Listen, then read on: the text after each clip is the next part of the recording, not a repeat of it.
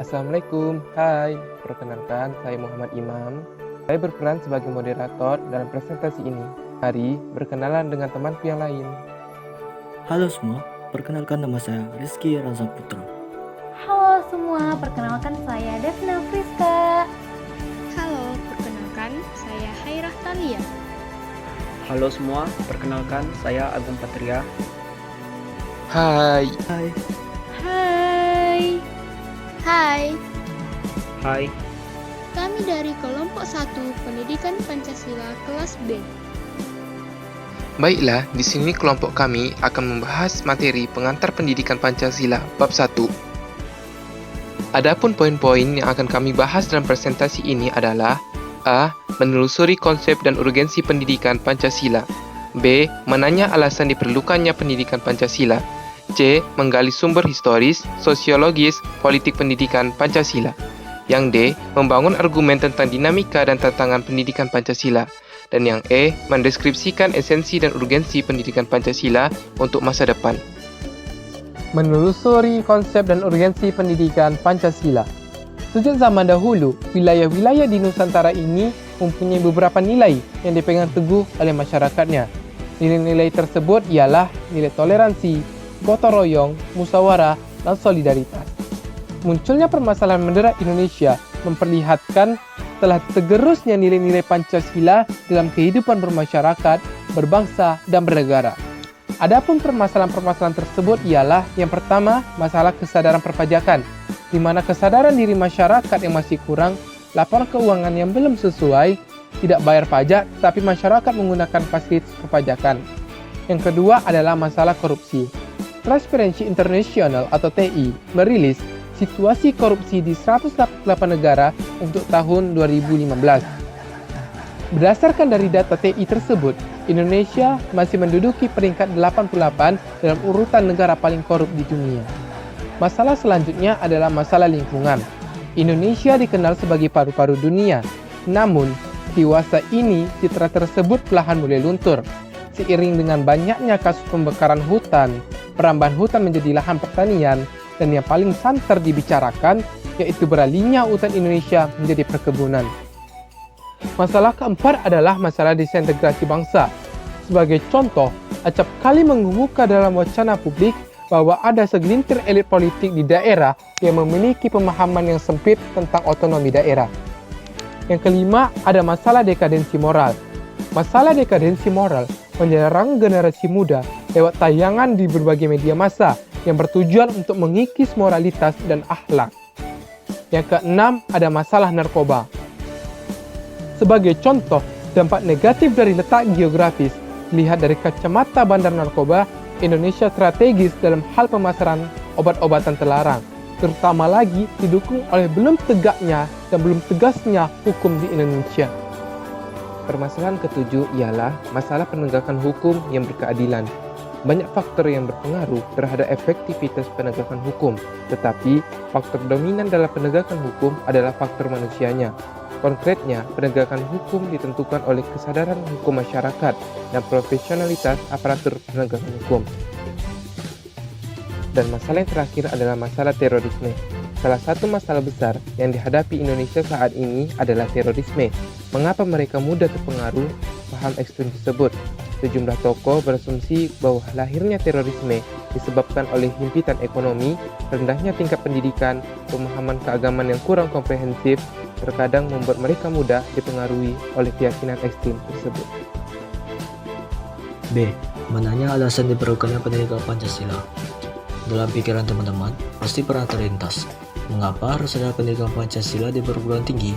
Hal tersebut terjadi mengingat jurusan atau program studi di perguruan tinggi sangat spesifik, sehingga ada pihak-pihak yang menganggap pendidikan Pancasila dianggap kurang penting karena tidak terkait langsung dengan program studi yang diambilnya. Namun, apabila teman-teman berpikir jernih dan jujur terhadap diri sendiri, pendidikan Pancasila sangat diperlukan untuk membentuk karakter manusia yang profesional dan bermoral. Hal tersebut dikarenakan perubahan budaya dan infiltrasi asing yang bertubi-tubi mendatangi masyarakat Indonesia, bukan hanya terjadi dalam masalah pengetahuan dan teknologi, melainkan juga berbagai aliran atau mainstream dalam berbagai kehidupan bangsa. Oleh karena itu, pendidikan Pancasila diselenggarakan agar masyarakat tidak terjebak dari akar budaya yang menjadi identitas suatu bangsa dan sekaligus menjadi pembeda antara satu bangsa dengan bangsa lainnya. Jadi, dari hal tersebutlah menunjukkan betapa pentingnya pendidikan Pancasila diselenggarakan di perguruan tinggi, yaitu untuk menanamkan nilai-nilai moral Pancasila kepada generasi penerus cita-cita bangsa. Lalu pada poin C, kita akan mempelajari tentang menggali sumber historis, sosiologis, politik, pendidikan Pancasila. Nah, terdapat 4 poin lagi nih, yaitu sumber historis pendidikan Pancasila, sumber sosiologis pendidikan Pancasila, sumber yuridis pendidikan Pancasila, dan terakhir sumber politik pendidikan Pancasila. Pertama, sumber historis pendidikan Pancasila. Presiden Soekarno pernah mengatakan, jangan sekali-sekali meninggalkan sejarah. Maknanya itu adalah bahwa sejarah memiliki peran yang sangat penting dalam membentuk kehidupan kita sekarang dan membangun kehidupan kita yang akan masa depan. Lalu, apa sih hubungannya pendidikan Pancasila sama sumber sejarahnya? Jadi, hubungannya itu adalah ketika kita mempelajari sejarahnya Pancasila, kita akan menjadi tahu kenapa Pancasila dirumuskan, kenapa Pancasila dibentuk, dan kenapa Pancasila bisa menjadi ideologi Indonesia. Nah, lalu juga dalam mempelajari sejarah Pancasila ini, kita bisa mengambil banyak pelajaran dan hikmahnya. Lalu, dalam mempelajari sejarah ini, jika ada kesalahan pada masa lampau, kita bisa memperbaikinya pada masa depan. Nah, itu sangat pentingnya sejarah dan apalagi sejarah pendidikan Pancasila. Lalu, untuk kita mahasiswa, dalam mempelajari sumber historis pendidikan Pancasila ini, kita bisa banyak menimbulkan banyak inspirasi untuk membangun negara kita melalui studi masing-masing. Kedua, sumber sosiologis pendidikan Pancasila. Sosiologi dipahami sebagai ilmu tentang kehidupan antar manusia. Melalui pendekatan sosiologis ini pula dapat mengkaji struktur sosial, proses sosial, termasuk perubahan-perubahan sosial dan masalah-masalah sosial yang patut disikapi secara arif dengan menggunakan standar nilai-nilai yang mengacu kepada nilai-nilai Pancasila. Nah, dari sini kita bisa garis bawahi masalah-masalah sosial bisa disikapi secara arif dengan nilai-nilai Pancasila. Jadi, permasalahan sosial yang ada di Indonesia ini bisa kita selesaikan dengan menggunakan nilai-nilai Pancasila. Oh iya, Pancasila pun diangkat dari nilai-nilai kultural yang dimiliki oleh bangsa Indonesia sendiri loh, sejak dulu kala. Ketiga, sumber yuridis Pancasila. Negara Republik Indonesia adalah negara hukum dan salah satu cirinya atau istilah yang bernuansa bersinonim yaitu pemerintahan berdasarkan hukum, rule of law. Pancasila sebagai dasar negara merupakan landasan dan sumber dalam membentuk dan menyelenggarakan negara 31 hukum tersebut. Wah, jadi Pancasila adalah sumber dari segala hukum yang ada di Indonesia ini. Nah, penegakan hukum di Indonesia ini bisa dibilang tidak efektif karena banyaknya warga negara yang tidak sadar akan hukum. Maka perlulah pendidikan Pancasila ini supaya masyarakat dan kita mahasiswa lebih sadar akan hukum, lalu terwujudnya lah keteraturan sosial di negara kita. Terakhir, keempat, sumber politik pendidikan Pancasila. Pancasila dalam tataran tertentu merupakan ideologi politik yaitu mengandung nilai-nilai yang menjadi kaidah penuntun dalam mewujudkan tata tertib sosial politik yang ideal. Hal tersebut dengan silang dengan pendapatnya Budiarjo, yaitu akan saya ringkas, ideologi politik adalah himpunan nilai-nilai, ide, norma, kepercayaan, dan suatu keyakinan. Baiklah, sekarang kita akan masuk ke poin yang D, yakni membangun argumen tentang dinamika dan tantangan pendidikan Pancasila. Yang pertama, dinamika pendidikan Pancasila, yaitu perubahan yang terjadi pada pendidikan Pancasila sejak awal kemerdekaan sampai dengan sekarang.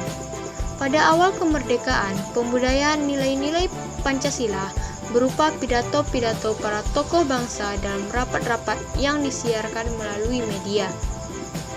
Perubahan yang signifikan dalam metode pembudayaan atau pendidikan Pancasila adalah setelah terbitnya Dekret Presiden 5 Juli 1959. Sejak lahirnya TAP MPR RI tentang Pedoman Penghayatan dan Pengalaman Pancasila atau PE4 dalam rangka menyempurnakan perkuliahan pendidikan Pancasila yang digolongkan dalam mata kuliah dasar umum di perguruan tinggi. Dalam era kepemimpinan Presiden Soeharto, terbit instruksi mengenai penyusunan perkuliahan yang menjadi landasan yuridis keberadaan mata kuliah Pancasila di perguruan tinggi. Pendidikan Pancasila adalah mata kuliah yang wajib ditempuh oleh seluruh mahasiswa, baik program diploma maupun program sarjana, dalam rangka mengintensifkan kembali pembudayaan nilai-nilai Pancasila kepada generasi penerus bangsa melalui pendidikan tinggi. Yang kedua, tantangan pendidikan Pancasila. Menurut Abdul Ghani, Pancasila adalah leitmotif dan leadstar, atau dorongan pokok dan bintang penunjuk jalan. Tantangan yang terdapat dalam pendidikan Pancasila sendiri adalah menentukan bentuk dan format agar mata kuliah ini dapat diselenggarakan di berbagai program studi dengan menarik dan efektif. Tantangannya dapat berasal dari internal, yaitu faktor ketersediaan sumber daya dan spesialisasi program studi yang mengakibatkan kekurang tarikan sebagian mahasiswa terhadap pendidikan Pancasila. Sedangkan faktor eksternalnya adalah krisis keteladanan dari para elit politik dan maraknya gaya hidup hedonistik dalam masyarakat. Mendeskripsikan esensi dan urgensi pendidikan Pancasila untuk masa depan. Menurut penjelasan pasal 35 ayat 3 Undang-Undang Republik Indonesia Nomor 12 Tahun 2012 tentang pendidikan tinggi, yang dimaksud dengan mata kuliah pendidikan Pancasila adalah pendidikan untuk memberikan pemahaman dan penghayatan kepada mahasiswa mengenai ideologi bangsa Indonesia. Dengan landasan tersebut, Ditjen Dikti mengembangkan esensi materi pendidikan Pancasila yang meliputi nomor 1, pengantar perkuliahan pendidikan Pancasila. Yang kedua, Pancasila dalam kajian sejarah bangsa Indonesia. 3. Pancasila sebagai dasar negara. 4. Pancasila sebagai ideologi negara. 5. Pancasila sebagai sistem filsafat. 6. Pancasila sebagai sistem etika. 7. Pancasila sebagai dasar nilai pengembangan ilmu. Pendekatan pembelajaran yang direkomendasikan dalam mata kuliah pendidikan Pancasila adalah pendekatan pembelajaran yang berpusat kepada mahasiswa untuk memahami dan menghayati nilai-nilai Pancasila baik sebagai etika, filsafat, negara, maupun ideologi bangsa secara saintifik. Contoh urgensi pendidikan Pancasila bagi suatu program studi, misalnya yang berkaitan dengan tugas menyusun atau membentuk peraturan perundang-undangan. Orang yang bertugas untuk melaksanakan hal tersebut harus mempunyai pengetahuan, pengertian, pemahaman, penghargaan, dan komitmen. Baiklah, itu saja presentasi dari kelompok kami. Terima kasih.